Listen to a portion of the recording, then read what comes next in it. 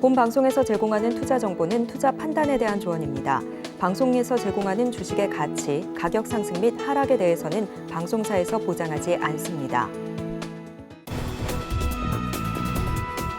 시청자 여러분 안녕하세요. 오늘을 돌아보고 내일을 준비하는 오늘장 내일장 2부 진행의 백선혜입니다. 장 마감까지 확실한 승부 전략과 내일장 주목할 섹터까지 제시해드리고 있습니다. 오늘도 저희 방송과 함께 하시면서 성공적인 투자 전략 가득 담아가시기 바랍니다. 저희 방송은 유튜브를 통해서도 보실 수 있습니다. 유튜브 검색창에 서울경제TV라고 검색하시면 저희 방송과 함께 하실 수 있으니까요. 방송에 대한 의견이나 종목에 대한 궁금증 있으시면 유튜브 실시간 채팅창에 지금 바로 남겨주시기 바랍니다. 그러면 오늘장 내일장 2부는 두 분과 함께 수익에 대한 철저한 이야기 나눠보도록 하겠습니다. 글로원 파트너스의 이성웅 이사 그리고 하이투자증권 스마트 PB센터의 이청원 PB 나와 있습니다. 두 분 어서 오세요. 안녕하세요. 네, 먼저 오늘 시장 지금 시간 기준으로 혼조 양상을 펼치고 있고 상승하는 종목 수가 조금 더 많이 관찰이 되고 있는 시장입니다. 오늘 지금 시간 기준으로 시장의 흐름 어떻게 판단하고 계시나요, 이사님? 우리가 시장 대비해서 상승하는 종목 수는 많은데 거래소 지수 같은 경우는 0.01% 하락을 하고 있는 상황이고 코스닥 지수는 0.37% 하락을 하고 있는 상황이에요. 지금 시장 안에서 최근에 발목을 잡아왔던 프로그램 매매 같은 경우는 상대적으로 좀 둔화되기는 했지만 이렇게 외국인 매도 같은 경우가 한 4,194계약 정도 아직 나타나고 있는 상황이고요. 그러면 여기에서 프로그램 매매한 건 한번 연결해서 보면 거래소 같은 경우는 기존에 나타났던 외국인의 선물 매도가 나올 때 선물이 저평가가 되다 보니 이제 금융투자 주체 같은 경우는 선물을 매수를 하고 현물을 매도하는 차익거래 매도가 나타났는데 오늘은 그 부분이 나타나고 있지는 않아요. 근데 비차익 같은 경우는 거래소와 코스닥이 이렇게 반대되는 흐름이 나타나고 있습니다. 비차익 매수는 거래소로 유입되는 반면에 코스닥은 매도로 일관을 하고 있는 상황이에요. 차익, 비차익 차익은 매도가 좀 많은 상황입니다. 그랬을 때는 프로그램상에서 우리가 비차익 매도가 나오는 코스닥 시장에 어떤 종목이 있는지를 볼 필요가 있는데 이렇게 프로그램 매도를 연결해서 보면 오늘 같은 경우는 뭐 제주 반도체, 그다음에 오늘 시가총기 상위 1위인 에코프로 BM, 테크윙, 가온칩스, WCP 이런 종목들이 나타나고 있습니다. 그런데 이 부분은 차익과 비차익의 도합이죠. 비차익 거래로 가보면 매도 상위 같은 경우가 에코프로 BM 같은 경우가 가장 매도 상입니다. 전체적으로 오늘 종가까지 이렇게 프로그램 매도가 나옴을 알 수가 있고요. 매수 같은 경우 추이는 거래소 기준으로 봤을 때 오늘은 포스코홀딩스, 이수페타시스, 삼성 SDI 이런 식으로 좀 2차 전지 쪽에 매수가 유입되고는 있지만은 이렇게 그 비차익 거래 위주로 또 오늘 들어오고 있음을 볼 수가 있습니다. 전체적인 흐름상에서 2차 전지 셀 업체는 프로그램 매수가 들어오고 있지만은 주가 탄력도는 떨어지는 상황이고요. 시가총액 상위주는 뭐 삼성전자, SK하이닉스, 그다음에 삼성바이오로직스 이런 식으로 시장 대비해서 좀 강한 모습입니다. 결론은 뭐냐라고 하면 코스닥 대비해서 거래소가 상대적으로 매수에 대한 탄력은 좀 강한 면을 볼 수가 있고 코스닥 같은 경우는 이제 비차익 매도 같은 경우가 다음 거래일까지 연속되는지 여부를 보면서 수급이 개선되는지를 체크해야 됨을 말씀을 드립니다. 네, 다음 거래일까지 수급 개선 여부를 살펴보자라고 정리를 해주셨고 PB님께서는 오늘 시장상 어떻게 바라보셨나요? 장 초반에 상승 흐름이 꽤나 이어질 것이라고 생각을 사실 너나 없이 했을 겁니다. 네. 지난 금요일 필라델피아 반도체 지수의 흐름 자체가 매우 좋았기 때문인데요. 아쉬운 게 있다면 시장은 현재 그러한 상승 흐름을 고스란히 이어가지는 못하고 있습니다. 장 초반에 상승했던 그 모든 것을 이제 코스피 기준 일정 부분 다 반납을 했고요. 코스닥 같은 경우에는 2차 전지 관련된 기업들의 주가가 크게 위축이 되는 가운데 시장은 소폭 밀리고 있습니다. 패널마다 중요하게 생각하는 것은 분명히 다를 거라고 생각을 합니다. 다만 저 같은 경우에는 선물시장에서의 외국인 매수세를 매우 중요하게 생각을 합니다. 외국인이 선물시장에서 적지 않은 폭으로 매수세를 보인다면 코스피 같은 경우에는 전반적으로 오름세가 매우 뚜렷하게 나타날 것인데 최근 3거래일 정도 시장이 반등했던 시기 외국인들의 매수세가 선물 시장에서 없었습니다. 길게 보면 1월 한 달 동안 흐름 자체가 선물 시장에서의 외국인 매수세는 없이 시장이 형성이 되고 지수도 결정되기 때문에 냉정하게 이야기해서 그리 좋은 시장은 아니다라고 저는 생각을 하고 있습니다. 그럼에도 불구하고 반도체가 되는 거죠. 반도체 쪽에서의 흐름 자체가 너무나 좋고 지금 여기에 대한 기대감이 많이 묻어 있습니다. 그리고 그러한 흐름이 오늘 고스란히 이렇게 시장에 묻어났기 때문에 결국에는 시장은 특정 섹터 위주로 강한 매수세가 몰리면서 그 섹터의 주가 흐름은 상대적으로 크게 나올 거라고 봅니다. 반면 시장은 이러한 움직임을 크게 제대로 반영하지 못하고 보합권이나 혹은 약간의 약세 국면에서 모이고 있는 그런 흐름이 아닌가라고 생각을 하고요. 당분간 시장 지수와 특정 섹터 혹은 특정 종목 간의 개별화 현상은 조금 더 짙어질 거라고 봅니다. 그리고 그것이 어느 정도 해소가 되는 시점은 결국 외국인이 선물 시장에서 매수세를 크게 보이는 시점이니까 당분간은 여러분들이 시장 지수를 기반으로 해서 종목에 대한 움직임을 판단하기보다는 섹터, 이슈, 실적 거기에 맞춰서 한번 눈여겨보실 것을 권해드리겠습니다.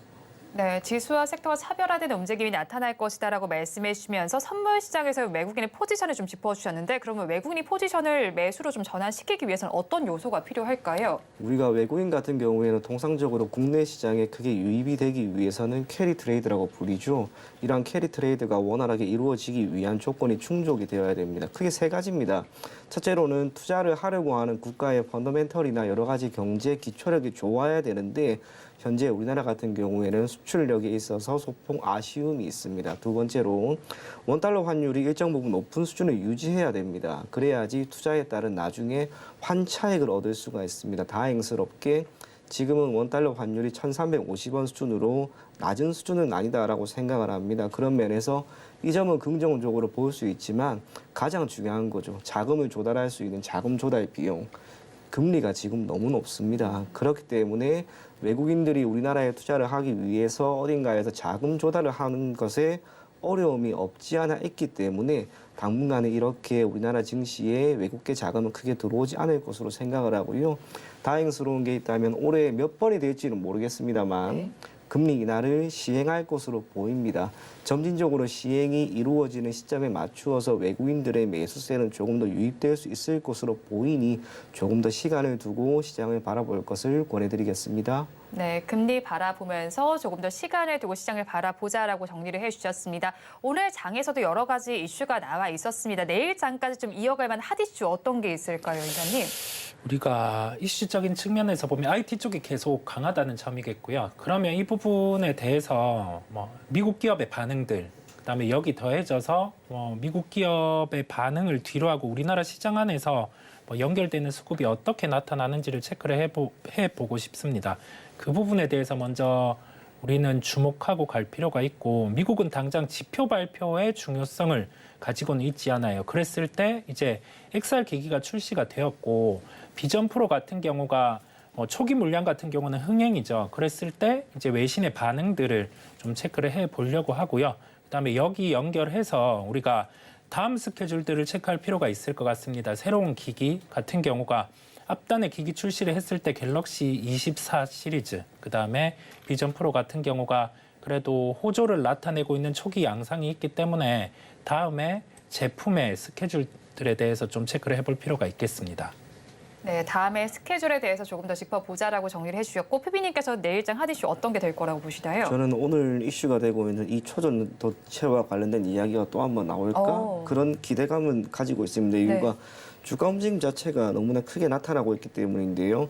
나중에 한 번 더 이야기를 할지도 모르겠습니다만 초전도체가 우리가 끝이 났다라고 생각을 했는데 의외로 그렇지만은 않습니다. 대장주인 신성 데이터테크는 오늘 다시 한번 신고가를 경신을 했고 오전에 기사에서도 나왔던 것처럼 초전도체가 미국에서는 맞다. 그와 관련된 연구소에서의 이야기도 나왔습니다. 그게 의미하는 것은 결국 우리가 초전도체라고 하는 이 이슈가 특정 시점에서는 주가의 약세를 견인하면서 잠시 누그러든다 하더라도 언제 어떻게 이슈가 나오느냐에 따라서 관련된 기업의 주가는 매우 크게 그것도 방향성 자체는 위쪽으로 해서 변동성을 보일 수 있다는 것에 한번 눈여겨보셨으면 좋겠고요. 이 이야기가 당분간 또 나올 수도 있습니다. 그래서 관련된 기업들을 보유하고 있는 투자자의 경우에는 조금 더 희망을 가지고 잠시 더 보유할 것을 권해드리겠습니다. 보유료 그럼 어느 정도까지 해도 괜찮은 건가요, 피비님? 그거는 정말 저도 네. 잘 모르겠는데요. 네. 이거는 제가 조금 더 이야기를 길게 해드리자면 네. 이제 초전도체라고 하는 것은 LK99라고 하는 이 물질에 대한 유의성 검증이거든요. 네. 이거 논문에 대한 이야기를 하면은 LK99라고 하는 이 물질이 초전도체로서의 유의성을 확보할 수 있느냐에 대한 문제인데 우리나라에서는 어떤 논문에서는 그렇다라고 하고 미국이나 중국에서도 그렇다라고 하는 이야기가 나오는 거죠. 구체적으로 이러한 현상이 나오는 것은 이 연구에 대한 연구에 참여하는 다양한 그들이 어떤 샘플을 어떤 기간에 걸쳐서 연구 대상으로 삼았는지에 따라서 결과가 다르기 때문입니다. 미국에서는 동일한 샘플에 대해서도 우리가 초전도체라고 인정을 할 수 있겠지만 반대로 우리나라는 또 안 그럴 수도 있는 거거든요. 그래서 연구 결과가 냉정하게 지난해부터 크게 늘어나고 있을 겁니다. 네. 이 초전도체와 관련된 이야기가 지난해부터 크게 나왔기 때문인데요. 앞으로 이것과 관련된 연구 논문은 이제 본격적으로 나올 거고요. 어떤 논문에서 초전도체에 맞다 혹은 이와 관련된 가능성이 높다라고 하는 이야기가 나올 때마다 이렇게 움직일 수가 있습니다. 언제까지 이 이슈가 이어질지는 감히 알 수가 없습니다만 적어도 지금 시점에서 우리가 아니다라고 단정 지을 수는 없기 때문에 신성 델타테크 이런 기업들 주가 자체의 흐름이 결코 나쁘지 않다라고 하는 점에서 조금 더 적어도 몇 달은 더 보유해봐도 괜찮지 않을까 그리 생각이 됩니다. 네, 그리고 오늘 시장의 좀 특징적인 흐름을 좀 살펴본다면 대형마트와 관련해서도 이슈가 좀 나와 있습니다. 지금 이마트에 대해서는 역사적 저점이다라는 평가도 나오고 있고 휴업일을 좀 변경한다라는 소식까지 전해지고 있는 상황인데 사실 유통과 관련한 종목들이 그다지 움직임이 크지는 않았던 것 같거든요. 이사님께서는 이마트를 바라보는 시각 어떠실까요? 의무휴업 같은 경우가 공휴일 해제가 되면 이마트 기준으로 영업이익 증가 폭은 한 20% 정도가 나타나고 롯데쇼핑 같은 경우는 50% 정도가 나타날 수 있습니다. 그런데 시장에서 지금 감안을 하는 건 우리가 의무휴업을 공휴일에 뒀을 때 실제 재래시장 같은 경우에서 늘어나는 매출이 그 휴업분만큼 전가는 되지 않았어요. 그렇다 보니까 주가 탄력도는 이마트 기준으로 오늘 8.3% 정도 상승을 했다가 상승폭은 일부 반납하고 있습니다. 5% 정도 상승을 하고 있는 상황인데 아마 시장에서는 실제 이 부분이 의무휴업 같은 경우가 이제는 면제가 되는 부분 안에서 매출이 어느 정도 올라오는지를 확인하고 주가는 움직일 수 있을 것으로 보입니다. 시장이 조금 똑똑해진 면이 있죠. 그렇다 보니 실제 어느 정도 매출이 올라올 수 있는지를 확인을 할 거고 그런데 우선은 이마트 같은 경우는 매수를 해도 됩니다. 네, 왜냐하면 이제 어느 정도 영업이익이 늘 수 있는 게 20% 정도가 되기 때문에 관련해서 영업이익 추정치의 상향이 이루어질 거예요. 네. 그러면 주가 반응이 있을 수 있거든요. 그렇다 보니까 이마트 같은 경우는 지금 현재 매수 관점으로 접근을 하셔도 된다라는 말씀을 드립니다. 매수 관점도 괜찮겠다고 이사님께서 정리를 해주셨는데 피비님께서는 이마트 그럼 어떻게 보실까요? 저는 긍정적으로는 보지는 않습니다. 좀 다르신 것 같아요. 네, 충분히 네. 그럴 수 있는데 이유는 첫째로는 주가 흐름 자체가 약세 흐름을 계속해서 보이고 있는 상황이고요. 이마트 같은 경우에는 점포수를 조금씩 지금 줄여나가고 있습니다. 뿐만 아니라 온라인을 기반으로 하고 있는 매출 또한 제가 알기로는 큰 폭이 아니기 때문에 실적이라고 하는 측면에서 시간이 꽤나 걸리지 않을까 그렇게 생각을 하고 있고요. 이마트라고 하는 기업에 대한 투자 관점에서 본다면 지금 시장은 이런 물류나 유통보다는 고부가가치 산업군에 많이 편중이 되어 있는 것 같습니다. 오늘만 본다 하더라도 반도체를 기반으로 하고 있는 기업들, 한편으로 이마트에 비해서 실적이 안 나오는 기업들도 더 많습니다. 네. 단기간에 특정 분기 기준으로 본다 하더라도 영업이익 혹은 당기순이익의 증가율 자체가 이마트보다 적은 기업도 많을 겁니다. 그럼에도 불구하고 특정 섹터에서 있는 이 많은 기대감들이 주가의 상승을 견인하고 있는 것을 본다면 우리가 주가라고 하는 것을 실적이라고 하는 한 가지 변수 그것만 가지고 평가하기는 조금 어려울 것이다라고 생각을 하고요. 이마트의 흐름 자체가 우선은 지금은 전반적으로 흘러내리고 있다는 것 저는 거기에 착안해서 이마트를 지금 시점에서 권해드린다기보다는 완전히 바닥을 다지고 한 차례 거래량이 증가하고 실적에 대한 기대감이나 기타 이슈가 조금 스며들었을 때 그때 여러분들이 눈여겨볼 것을 권해드리겠습니다. 네, 일단 이마트에 대해서 PB님께서는 조금 더 저점을 다지는 시점을 바라보자라고 정리를 해주셨습니다. 또 갤럭시 S24가 언팩 행사를 진행을 했습니다. 그 이후에 관련 주들의 흐름도 좀 뜨겁게 나타나고 있지 않나 싶습니다. 관련해서 오늘 지금도 슈프리마 HQ라는 종목의 경우에는 상한가까지 지금 올라가 있고요. 경량화 기술이 좀 주목받는 것 같더라고요. 네. 지금 갤럭시 S24와 관련한 종목군들 어떻게 좀 시각을 가져가야 될까요? 매출처가 확대되는 쪽을 집중적으로 우선은 봐야 할 것 같아요. 새롭게 어떤 부분이 탑재되었냐가 핵심인데 가장 핵심은 비행기 모드에서도 번역이 가능하다는 점. 이 부분이 온디바이스 AI 같은 경우에 초기 기술을 구현했다라고 볼 수가 있겠고요. 그다음에 공개한 게 새로운 제품인 갤럭시 링을 공개했었습니다. 그렇다 보니 여기에 대해서 기대가 없던 탑재되던 기판이라든지 기타 관련주들이 부각이 되고 있는 상황인데 우리가 주가들이 대부분 지금은 빨라요. 그렇다 보니까 변동성이 커질 수 있음을 생각을 해야 되고요. 관련된 종목들 같은 경우는 그 다음을 좀 준비하는 게 필요할 것 같습니다. OLED를 탑재한 태블릿 PC라든지 아니면은 여기 더해져서 애플 같은 경우도 차기작의 출시를 앞당길 가능성이 높을 것으로 보여요. 그렇다 보니까 관련해서 이제 탑재될 수 있는 기술이 어떤 것인가라는 부분인데 실제 번역 부분 같은 경우는 애플도 충분히 구현을 할 것으로 보이고 여기에 더해져서 페릿이라는 대형 언어 모델 같은 경우를 애플은 계속 준비를 해왔습니다. 그렇다 보니까 여기에 XR 기기의 연결과 함께 애플에서도 관련된 번역 모델과 소프트웨어 같은 경우를 탑재를 할 예정이기 때문에 관련해서 애플향의 기판, 그다음에 소프트웨어 업체 같은 경우를 우리는 시장에서 찾아야 할 것으로 보입니다. 네, 관련된 기업군들을 한번 살펴보자라고 정리를 해주셨고요. 지금 시장에서는 사실 온디바이스 AI도 핫하게 움직이고 있지만 그보다 더 상위에 위치한 게 HBM 그리고 CXL이 아닐까 싶습니다. 순환매적인 관점을 계속해서 바라봐야 되는 건지 이런 테마들이 오를 때는 어떤 관점을 좀 가지고 가면 좋을까요, PB님? 저는 따라 붙었으면 좋겠습니다. 따라 붙을까요? 이유가 우선은 1월 한 해가 시작되는 첫 달인데요.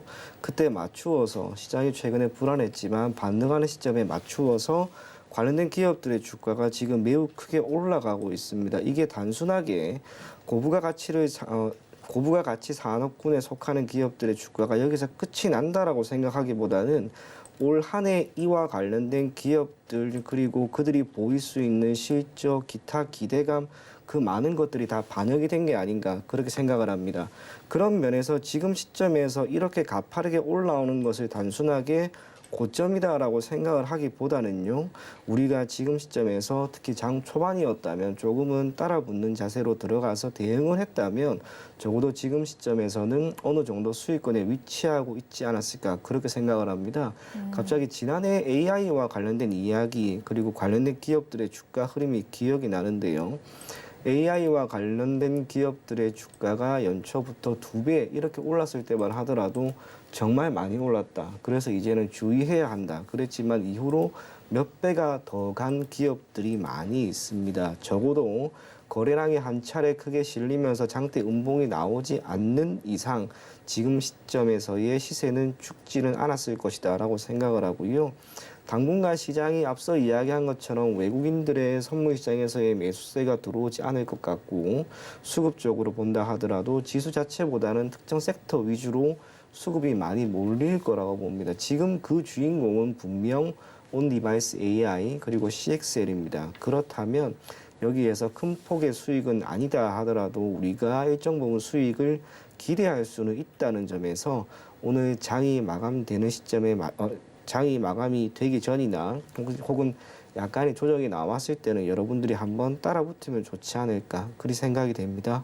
네, 지금이라도 따라 붙어도 좋겠다라고 정리를 해주셨습니다. 오늘도 장 마감까지 한 22분 정도 남아있는데 종가 베팅할 종목 어떤 섹터에서 찾아볼지 이사님의 픽 섹터부터 알아볼게요. 네, 저의 픽은 온디바이스 AI, 그다음에 IT입니다. 네, 이쪽 업종 같은 경우는 시장의 주도군의 형태를 띠고 있어요. 그렇다 보니까 종목들이 확산되면서 오늘 제주 반도체 같은 경우는 시가총액 1조까지 상승을 하는 모습을 볼 수가 있었습니다. 핵심은 매출처의 확대 종목, 그다음에 제품 출시의 수혜주 같은 경우가 핵심이라는 말씀을 드릴 수 있겠고요. 아까 갤럭시 24에 대해서 말씀을 드린 것처럼 갤럭시 링에 들어가는 기판을 만드는 인터플렉스 같은 경우는 최근 빠르게 주가가 강했습니다. 그다음에 여기 더해져서 새롭게 매출자가 확대되는 장비 업체들도 함께 살펴볼 필요가 있는데 TSMC 향으로는 HPSP, 이오테크닉스 이런 기업들이 있어요. 주가들이 이제 반영을 하고 있는 구간들인데 그러면 상대적으로 좀 덜 오른 종목군들, 그다음에 차기에 제품이 출시되었을 때 탑재가 될 예정인 그런 스케줄이 있는 기업들을 볼 필요가 있는데 우리가 OLED를 탑재한 태블릿 PC 같은 경우는 기판은 BH, 그다음에 여기 더해져서 코리아 서키트, 그다음에 소재 같은 경우는 전체적으로 이게 포괄적이기 때문에 덕산 네오룩스라든지 이런 기업들을 볼 필요가 있겠고요. 그다음에 온디바이스 AI가 구현되기 위해서는 추후에 좀 부각될 수 있는 부분은 타 제품과의 결합일 것 같아요. 그렇다 보니까 로봇주 같은 경우도 함께 우리가 관련해서 좀 구현을 할 수 있는 제품을 만드는 기업들 같은 경우를 함께 주목할 필요가 있겠습니다.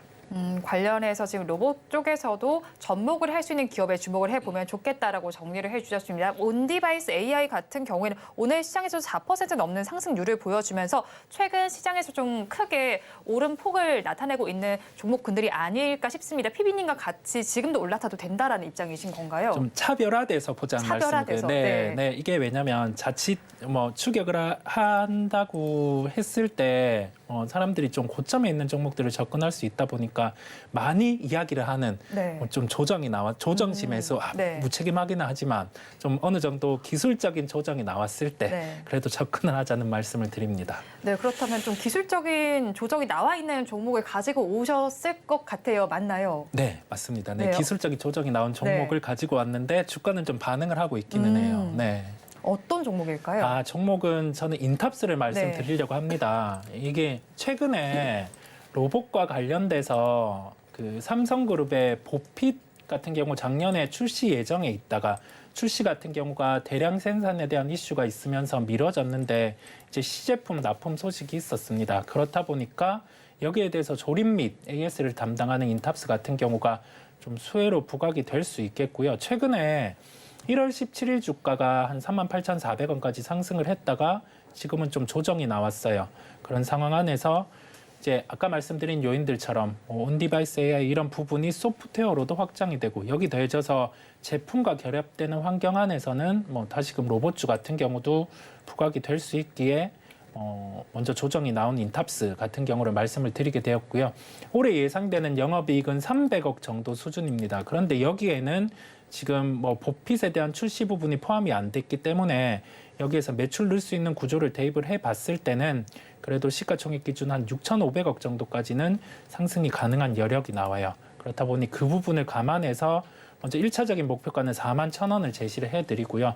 손절가 같은 경우는 첫 번째 상한가가 시작된 가격대, 그 정도 가격대를 이탈하면 우선은 손절에 대한 대응이 필요하다는 점에서 손절가는 29,000원을 제시해 드립니다. 네, 이사님께서는 종가 베팅할 종목 인타스 짚어주셨고요.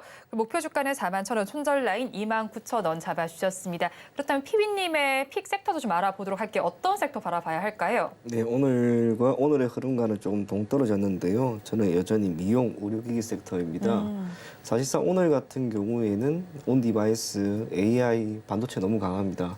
그런데 우리가 알고 있는 건 주식시장은 결국 특정 섹터와 섹터 간의 움직임이 조금씩 변한다는 것이고요. 순환매 장세는 결국에는 온다는 거예요. 비올 같은 기업을 기반으로 하고 있는 미용 관련 의료기기 관련된 기업들이 가지고 있는 몇몇 특징이 있습니다. 전반적으로 여전히 고성장 산업에 속한 섹터에 속하고 있고요. 또 하나는 그들이 보이고 있는, 물론 모든 기업이 다 그런 것은 아니나 주가가 전반적으로 잘 갔던 기업 같은 경우에는 실적은 물론이고 우리가 생각했던 것보다 월등히 높은 수준의 영업이익률을 보이고 있다는 거예요. 대표적으로 영업이익률 같은 경우 30%가 넘어가는 기업들도 적지 않습니다. 그런데 지금 이슈가 되고 있는 온 디바이스든 또 AI든 CXL이든 그들이 보이고 있는 영업이익률은 20%도 채 넘지가 않습니다. 제가 지금 머릿속에 기억나는 게 HPSP라고 하는 기업이 지난해 기준으로 영업이익률이 20% 정도가 나왔는데 이것도 엄청나게 높은 수치예요. 그럼에도 불구하고 제가 지금 이야기한 이 섹터에 있는 기업들의 영업이익률이 30% 혹은 40%, 50%까지 간다는 것은 해당 기업들이 속해 있는 이 산업이 여전히 고성장 기조에 놓여 있다는 것이고 재무제표상으로 보게 되었을 때는 매출 또 비용 여기에 대한 관리를 매우 잘하고 있다는 것으로 생각하시면 됩니다. 영업이익률이라고 하는 것은 결국에는 매출액에서 매출 원가를 빼고요. 그리고 기타 비용에 해당하는 부분을 제하는 것을 말하는데 매출액이 크게 늘어나거나 비용이 줄면 영업이익은 자연스럽게 늘어나게 됩니다. 그와 함께 몇몇 기업들 같은 경우에는 지난 몇 년 동안 매출액이 크게 늘어난 것에 비해 비용은 오히려 크게 늘지가 않았습니다. 그런 면에서 의료, 미용기기 관련된 기업들 중에서도 여러분들이 어느 정도 선택을 잘하고 시간을 두고 장기 투자를 한다면 여러분들 모두에게 좋은 결과를 줄 수 있지 않을까 그리 생각이 됩니다. 네, 장기 투자 관점으로 바라본다면 좋은 결과를 제시해 줄 것이다라고 말씀해 주셨는데 탑픽 종목 그럼 어떤 걸까요? 네, 비올입니다. 비올이라고 하면 우리가 뭐 다들 잘 알고 있는 기업이니까요. 비올 같은 경우 지난해까지 주가 흐름이 매우 좋았습니다. 그리고 지난해 12월 이번 달 약간의 기간 조정을 겪고 있는 것으로 보여지지만 여전히 영업이익률이 매우 높습니다. 우선은 동사 같은 경우에는 의료기기와 소모성 제품을 생산 및 판매하고 있는 기업이고요. 지금까지 동사의 주가를 견인한 것은 무엇인가라고 생각해 봤을 때 저는 결국에는 크게 두 가지라고 보입니다. 첫째는 역시나 실적이고요. 또 하나는 영업이익률입니다. 우선 실적 같은 경우 한번 살펴보게 되면 지난 4분기 기준 매출액은 전년 동기 대비 14.4% 증가한 121억 원, 영업이익은 전년 동기 대비 26.4% 증가한 61억 원 수준이 전망이 됩니다. 통상적으로 4분기 실적이 분기 기준으로 가장 좋다라고 하는 것을 감안한다면 이번 4분기 실적에 대한 전망은 그리 좋은 편은 아닙니다. 그럼에도 불구하고 지금까지의 실적 흐름은 매우 좋았다라고 생각을 하고요. 앞서 이야기한 것처럼 동사가 최근에 발표된 보고서에 의하면 영업이익률이 59% 정도까지 나왔습니다. 어마어마하게 나온 거예요. 이건 매출액이 크게 늘어난 것도 있을 것이고요. 비용의 측면에서 관리를 잘한 것도 있는데 한 가지 확실한 건 동사가 상장을 하고 지금까지 경영을 하면서 재무 비율 그중에서도 부채를 기반으로 한 자금 운용을 크게 하지를 않았습니다. 그만큼 경영 환경과 영업을 함에 있어서 일정 부분 자신이 있다는 것이 아닌가라고 생각을 하고요. 주가는 앞서 이야기한 것처럼 한 차례 기간 조정이 나오고 있다 하더라도 최근에 신한투자증권에서 내놓은 리포트에 따르면 올해 매출액 같은 경우 전년 대비 44% 그리고 영업이익은 38%나 증가할 것으로 보이고 지난해 10월경에 나온 리포트에서는 동사에 대한 목표 주가가 지금 기준으로 거의 2배 수준인 16,000원까지도 나왔습니다. 그리고 이러한 목표 주가가 산정이 되거나 전망이 될 수 있는 기저에는 동사의 제품군이 매우 다양해지고 있다라고 하는 것인데 첫 번째로는 실퍼맥스라고 불리는 브라질에서의 승인 이후 판매가 시작이 되었고요. 두 번째로는 올해 1분기, 2분기 셀리뉴라고 하는 브랜드와 듀오다이트라고 하는 브랜드를 기반으로 한 출시가 예정인 상품이 앞으로 소비자들로부터 상당 부분 선택을 받을 수 있을 것이다라고 하는 그런 전망이 내재되어 있기 때문입니다. 앞서 이야기한 것처럼 관련된 기업들의 영업이익률은 여전히 높고요. 실적에 대한 전망도 좋습니다. 아쉬운 게 있다면 1월 시장이 소폭 흔들렸던 가운데 반도체와 관련된 기업들에 대한 매수세가 너무 강하다 보니 동사와 같은 기업들이 그리 주인공은 되지 못한다는 것. 하지만 순환매가 조금씩 이루어지는 가운데 다시 한번 비올과 같은 기업이 선택을 받을 수 있다는 점에서 오히려 오늘처럼 이렇게 조정이 나오는 시점에서 여러분들이 한번 눈여겨보면 좋지 않을까 그렇게 생각을 하고 있습니다. 매수를 한다면 오늘 종가 정도에 한번 눈여겨보시고요. 목표 가격은 우선은 짧게 대략 10,000원 정도, 손절 가격은 8,000원 정도를 제시해 드리겠으나 혹시나 주가가 8,000원을 이탈한다라고 해서 여러분들이 막연히 손절을 치기보다는 일정 부분 비중만 조금 줄이고요. 이후 추가 매수를 한번 해볼 것을 권해드리겠습니다. 네, 피비님께서는 종가 베팅할 종목 비율 짚어주셨고요. 목표 주가를 10,000원 손절 라인 8,000원 잡아주셨습니다. 근데 두 분 지금 파맵신 소식 한번 살펴보셨는지 잘 모르겠습니다. 항체치료제 개발 기업인데 이 파맵신이 이 상장 적격식 실질심사 대상 사유 발생을 이유로 해서 주권 매매 거래 정지를 결정했다라는 소식이 전해져 왔습니다. 그렇다면 보유자분들은 어떻게 하시면 좋을지 답변해 주실 분 누구실까요? 유상증자 소식을 철회하면서 별점을 4.5점 받았어요. 그러면 우선은 상장 적격성 심사에 돌입을 하게 되고 그랬을 때 우선은 거래 정지가 들어가게 됩니다. 그 과정 중에 하나겠고요. 그렇다 보니까 이 삼자배정 유증 같은 경우가 다시 진행이 된다든지 아니면 이 부분을 해소할 수 있는 그 심사에 따른 내용을 발표한다라고 하면은 상장에 대한 부분 이슈는 해소는 될 수 있어요. 그런데 이런 이슈가 있는 기업들 같은 경우는 좀 주가들의 문제는 늘 존재를 하죠. 네. 예, 그렇다 보니 좀 유의를 할 필요가 있다는 말씀을 드립니다.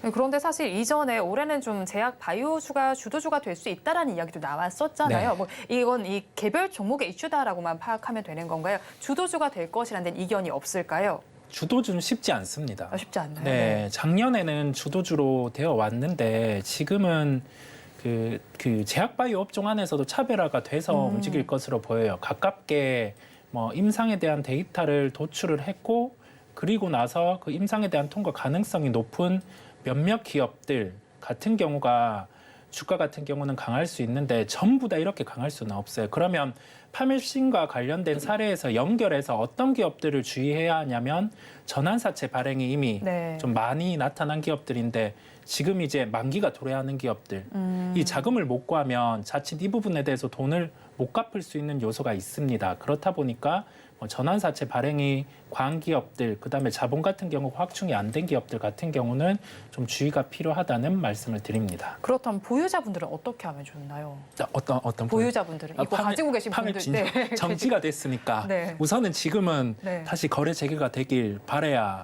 되죠. 네, 바라야 되는데 기도하고 있으면 돼요. 기도는 아니고요. 아까 말씀드린 점처럼 그걸 해소할 수 있게 기업에서 내용을 제출을 해야 돼요. 네. 그렇게 잘 제출을 하지 않을까요?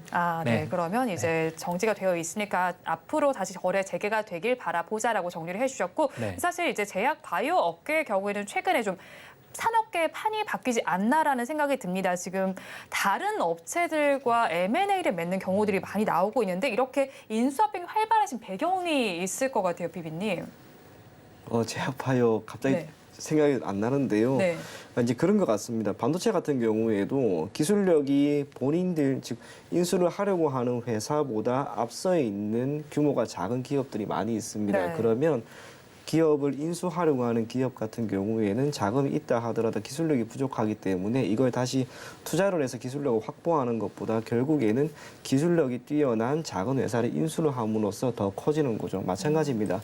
제약 바이오 같은 경우에도 그 안에 신약 후보가 되든 다양한 물질이 너무나 많습니다. 네. 이러한 기업이 예를 들면 제가 뭐 인수를 하는 기업이라고 가정을 하면요.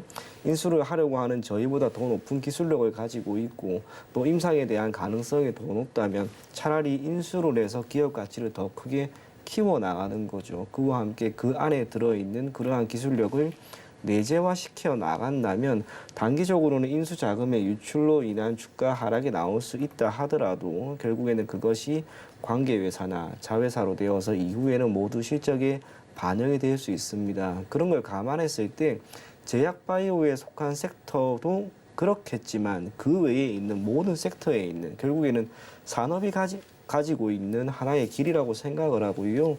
앞으로도 이러한 일들은 우리 주위에서 빈번하게 많이 일어나지 않을까 그렇게 생각이 됩니다. 또 하나 눈여겨볼 것은 빈수가 되는 기업들은 언제나 그게 만약에 상장사의 경우에는 역시 아시는 것처럼 네. 주가가 정말 크게 올라갑니다. 시장에서 그러한 뉴스가 전해지는 기업들이 있다면 여러분들이 그때는 조금은 빠르게 대응해서 단기적이 되든 중기적이 되든 좋은 결과를 만들 수 있었으면 좋겠습니다. 네, 그런데 사실 뭐 OCI나 오리온그룹이 인수한다라는 소식이 전해지면서 너무 동떨어진 기업이 인수하는 게 아닌가 하는 시장의 우려감도 있을 것 같거든요. 네, 정답은 없는 것 같습니다. 네. 예를 들면 A라고 하는 기업이 B라는 기업을 인수하는데 산업이 완전히 다른데 그런데 이 산업이 완전히 다르다 하더라도 그 어떤 시너지가 발생하지 않는 것은 아니고요. 시장에 공개된 정보는 이러이러하다 할지라도 그 내면에는 인수를 하려고 하는 기업이 비인수 기업을 영위하고 있는 사업에 대한 투자라든지 기타 다양한 모든 것들이 이루어지고 있는 상황이었을지도 모릅니다. 기업보다 우리가 많은 것을 알 수는 없습니다. 그래서 기업의 그러한 움직임과 행태를 그저 눈여겨보시고요. 그리고 그 모든 것들이 시너지 효과를 일으켜서 인수를 하려고 하는 기업과 비인수되려는 기업들의 실적에 다 긍정적인 영향을 미친다면 주가는 아마 사전에 반영을 할 겁니다. 그래서 주가의 움직임을 여러분들이 눈여겨보시면서 방금 말한 그런 이슈 또한 체크해 나갈 것을 권해드리겠습니다. 네, 이슈에 따라서 체크를 해 나가보자라고 정리를 해주셨고요. 또 새해 들어서 엔터사들의 주가 하락세가 좀 지속되고 있습니다. 중국 K-팝 팬들의 앨범 공동 구매량이 감소하기도 했고요. 또 소속 가수의 재계약 문제도 있습니다. 그런데 지금 지점에서는 주가 하락이 과도하게 낙폭이 있다라는 지적도 나오고 있는데 엔터주에 대해서는 어떻게 좀 체크해 나가면 좋을까요? 맞아요. 주가 낙폭은 크기는 네. 한데 이게 제가 엔터주를 선호했다 보니까 참 불편한 상황에 도래는 해 있습니다. JYP 엔터 기준으로는 주가 수익 비율이 한 15배 정도. 이 부분이 코로나 19 시기 때까지 지금 밸류는 밀려 있어요. 그렇다 보니까 밸류 매력은 있는 상황인데 여기에서 실적의 회복을 보여주면서 주가는 움직일 것 같습니다. 엠믹스 같은 경우도 앨범을 발표를 했는데 초동 물량이 빠졌어요. 네. 그렇다 보니까 여기에서 구조적으로 좀 확인을 하고 움직일 것 같습니다. 밸류 매력은 있는데 저는 조금 시장 상황을 살펴보려고 해요. 네. 나머지 라인업들이 새롭게 앨범을 출시했을 때 앨범의 초동 물량 회복 같은 경우를 좀 보고 대응을 하려고 합니다. 네, 개별 주별로 또 이슈가 나와 있는 판타지오 같은 경우 유상증자 소식이 나와 있더라고요. 네네. 차은우의 소속사로 알고 있는데 오른쪽에서 크게 좀 빠지고 있습니다. 보유하신 분들께서 대응하기 굉장히 어려운 자리가 아닐까 싶어요. 어떻게 네. 보시나요? 지금 대규모 유상증자죠. 199억 네. 규모 정도의 유상증자가 단행이 되었고요. 그러면서 발행가액은 178원 정도입니다. 그러면 이 부분이 희석되고 최종적으로 발행가액이 확정될 때 주가 같은 경우는 좀 저점을 잡는 형태가 이론적으로 나오기는 합니다. 그런데 시가총액이 지금 253억 정도예요. 차은우라는 대표 라인업을 보유하고 이 정도 시가총액이라는 거는 그만큼 회사 내부의 경영 같은 경우가 좀 변동성이 있다라고 보이고요. 그렇다 보니까 우리가 적어도 그 증자가 많이 이루어질 수 있는 구조를 가진 기업들 같은 경우는 자본금이라든지 기타 잉여금 쪽에서 일부 확인은 할 수 있는데 그런 기업들과 함께 한 1,000원 이하의 종목들 같은 경우는 좀 매매를 피하는 게 그래도 낫습니다. 네, 1,000원 이하의 종목은 매매를 피하는 것이 좋겠다라고 말씀을 전해주셨습니다. 그러면 마감 동시효과 구간 우리 시장은 어떤 분위기 보이고 있는지 양대 시장의 분위기를 한번 체크해 보도록 하겠습니다. 우리 양대 시장 강하게 출발을 해주나 싶더니 하지만 마감을 기준으로 봤을 때는 마감 동시효과 구간에서는 약세를 보이고 있습니다. 코스피 지수의 경우에는 0.23% 약세를 보이면서 2,467선에 마감 준비하고 있고요. 이어서 코스닥 시장 살펴보겠습니다. 코스닥 시장에서는 0.38% 약세가 나타나고 있습니다. 839선에 종가 형성할 준비를 하고 있고요. 이어서 수급 상황 체크해 보겠습니다. 코스피 시장에서는 외국인과 기관이 쌍끌이 매수를 해주지만 개인 투자자들 덜어내고 있습니다. 이어서 코스닥 시장 넘어가겠습니다. 코스닥 시장에서는 기관 많이 사고 있고요. 외국인과 개인 동반 매물을 출회하고 있습니다. 오늘 시장 상황 PB님께서는 어떻게 보셨나요? 네, 앞서 이야기한 것처럼 너무나 많이 아쉬운 그런 시장입니다. 사실 너나 할 것 없이 지난 금요일에 필라델피아 반도체 지수의 흐름이 좋았기 때문에 장 초반부터 강하게 매수세에 가담하신 분들도 많을 거라고 봅니다만 종가는 결국 이렇게 밀렸습니다. 기저에 있는 건 저는 다른 것도 아니고요. 외국인들이 현재 선물 시장에서 들어오지 않는다는 것. 선물이라고 하는 것은 결국 기초자산이 코스피 200입니다. 코스피 200이라고 하는 것은 시총 상위 종목으로 상당 부분 구성이 되어 있는데 지금 이쪽을 기반으로 외국인들의 선택이 그리 이루어지지 않는다라고 하는 것은 당분간은 앞서 이야기한 것처럼 섹터별로 대형주보다는 중소형주 위주로 움직임이 나오지 않을까 그렇게 생각을 하고 있습니다. 코스닥 같은 경우에 가장 큰 것은 2차 전지입니다. 2차 전지가 오늘 완전히 무너졌기 때문에 시장이 오르기는 너무나 힘들었고요. 그나마 반도체 쪽에서 이렇게 움직임이 잘 버텨주었기 때문에 코스닥 같은 경우에는 한편으로 0.3% 수준에서 마감이 되지 않을까 그렇게 생각을 합니다. 3거래일 정도 시장이 나빴다고 할 수는 없습니다. 1월 중순까지 이어진 이 하락이 1차적으로 멈추었지만 아쉬운 것은 여전히 외국인들의 선물 시장에서의 매수라는 것. 그래서 시장의 단순하게 V자 반등이 바로 나올 것이다 라고 생각을 하기보다는요. 여러분들이 시장의 수급을 조금 더 살펴보시면서 대응할 것을 권해드리겠고 그와 함께 투자라고 하는 것은 결국에는 리스크를 안아야 됩니다. 거기에 따른 보상의 수익입니다. 지금 시점에 투자를 하는 것은 그리 나쁜 건 아닌 것 같으니 그것 또한 여러분들이 한번 고려할 것을 권해드리겠습니다. 네, 우리 양대 시장 약세로 마감을 할 준비를 하고 있습니다. 수급 양상에 대해서 조금 더 지켜보자라고 정리를 해주셨는데 마감 동시효과 구간 함께 하셨습니다.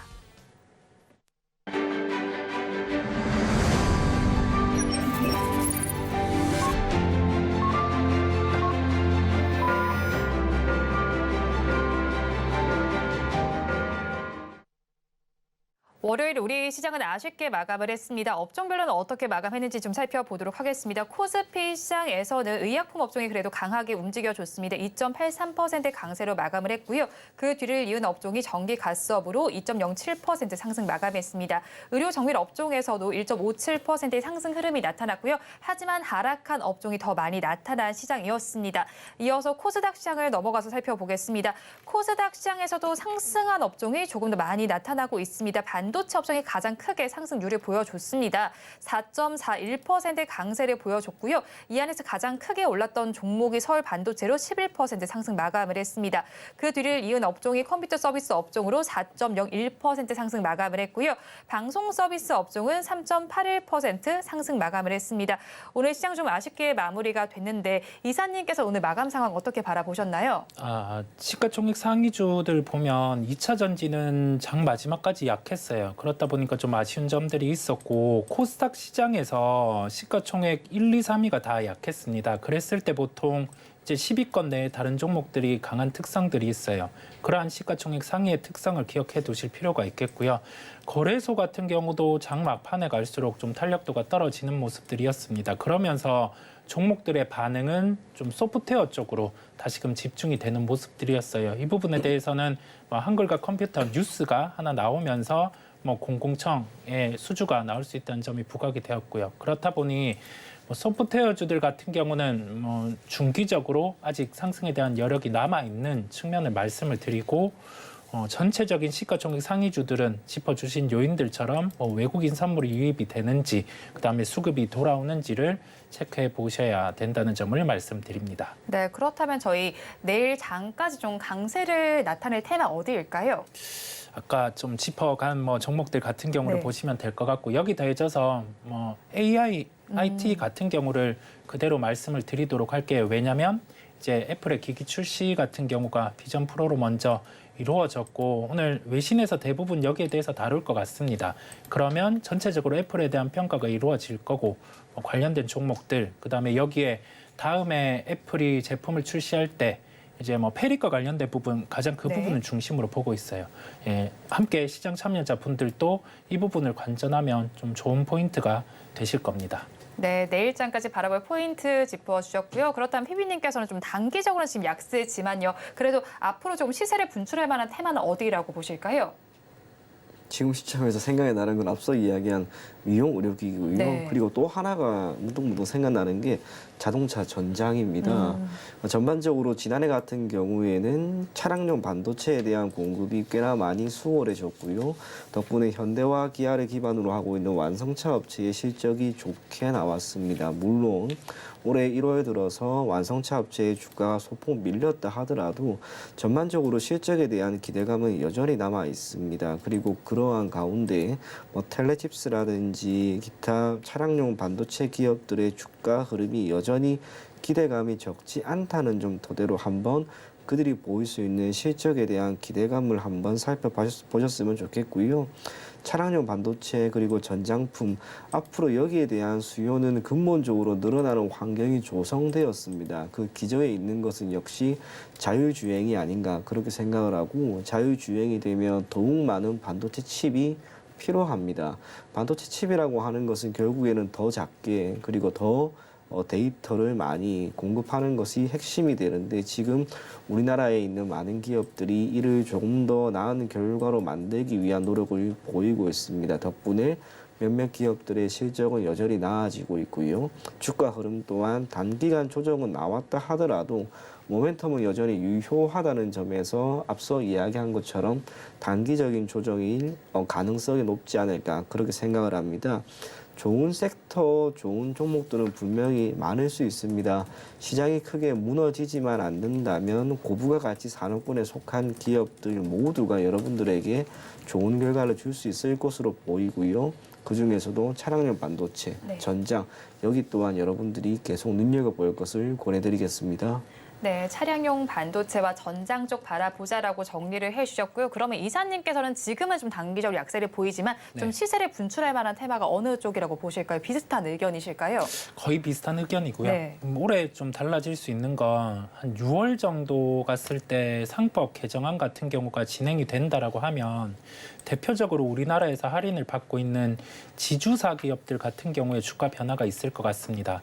가깝게 동원산업이라는 기업이 보유하고 있는 자사주 같은 경우를 전량 소각한다고 했을 때 주가가 20% 이상 상승을 한 것처럼 지금 자사주를 보유하고 있는 기업이 주주 친화적 형태를 내놓을 때 또는 이제 여기 더해져서 지배구조 개편이 기업 측으로 좀 유리하게 나타날 수 있다라고 하면은 지금 할인을 받고 있는 지주사 같은 경우도 주가의 변화가 있을 수 있을 것으로 보입니다. 그 부분은 상법 개정안이 어떤 식으로 또 흘러가는지에 따른 변수가 있기 때문에 그 시기에 맞춰서 한 번 더 짚어가도록 하겠습니다. 네, 지주사들 한번 살펴보시면 좋겠다라는 의견을 제시해 주셨고요. 또 증권사에서는 태형건설의 워크아웃을 계기로 해서 건설주 옥석 가리개도 나서고 있습니다. 리스크가 드리워져 있는 건설주들 목표 주가는 좀 줄줄이 하향되는 추세를 보이고 있는데 또 그렇지 않은 쪽들은 목표 주가를 올리기도 하더라고요. 오늘 시장에서는 건설주 전반적으로 약세를 보였는데 앞으로의 흐름을 저희가 좀 어떤 포인트를 체크해 나가면 좋을까요? 언제 바닥을 다지고 언제 실적이 나아지는가 그걸 여러분들이 체크를 해볼 필요가 있습니다. 지금 건설사 같은 경우에는 태형건설처럼 수면 위로 드러난 것은 그리 많지는 않습니다. 그런데 비슷한 시기에 비슷한 경영 환경에 놓여 있었기 때문에 대다수 건설사들의 실적이 좋지 않은 상황이고요. 그리고 그 기간에 보였던 원자재 가격의 상승 등으로 기인한 추후 수주라든지 기타 아파트 분양 등에 대한 전망도 그리 밝지는 않습니다. 지금 GS 같은 경우를 본다 하더라도 분양이 이제는 많이 안 좋은 그런 이미지도 부각되고 있는 상황이기 때문에 당분간 건설주들의 움직임은 크게 기대하기는 어려울 것이다라고 생각을 하고요. 지금 부동산 경기를 본다 하더라도 좋지 않습니다. 단순하게 이게 안 좋다라고 하는 것보다 우리가 2020년, 21년 말 그대로 부동산 광풍이 왔을 때 청약 경쟁률이 높았던 이유는 청약을 하려고 했던 아파트가 주위 아파트에 비해서 시세가 월등히 쌌기 때문에 일시적으로 큰 폭의 시세 차익을 기대했기 때문입니다. 그런데 지금은 오히려 그게 반대로 되어 있죠. 그러다 보니 아파트 공급을 기반으로 하고 있는 건설사 같은 경우에는 충격이 매우 클 것으로 보여지고요.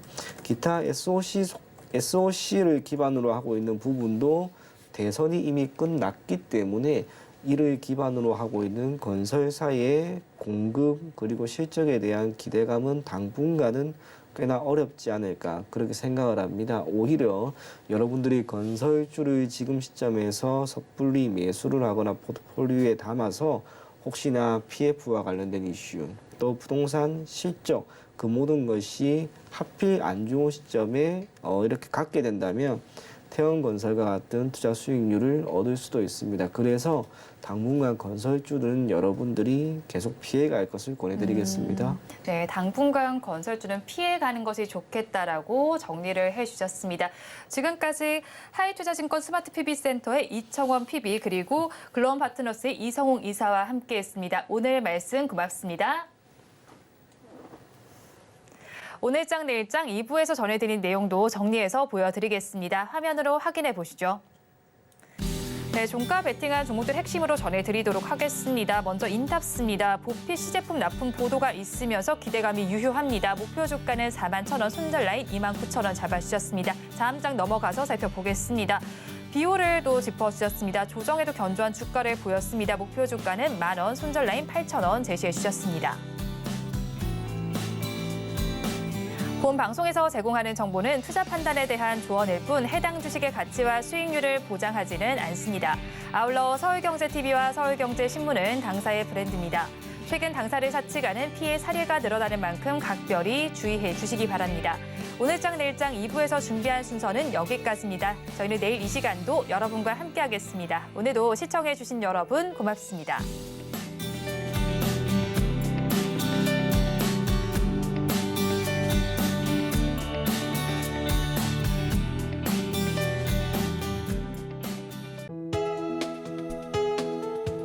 본 방송에서 제공하는 투자 정보는 투자 판단에 대한 조언입니다.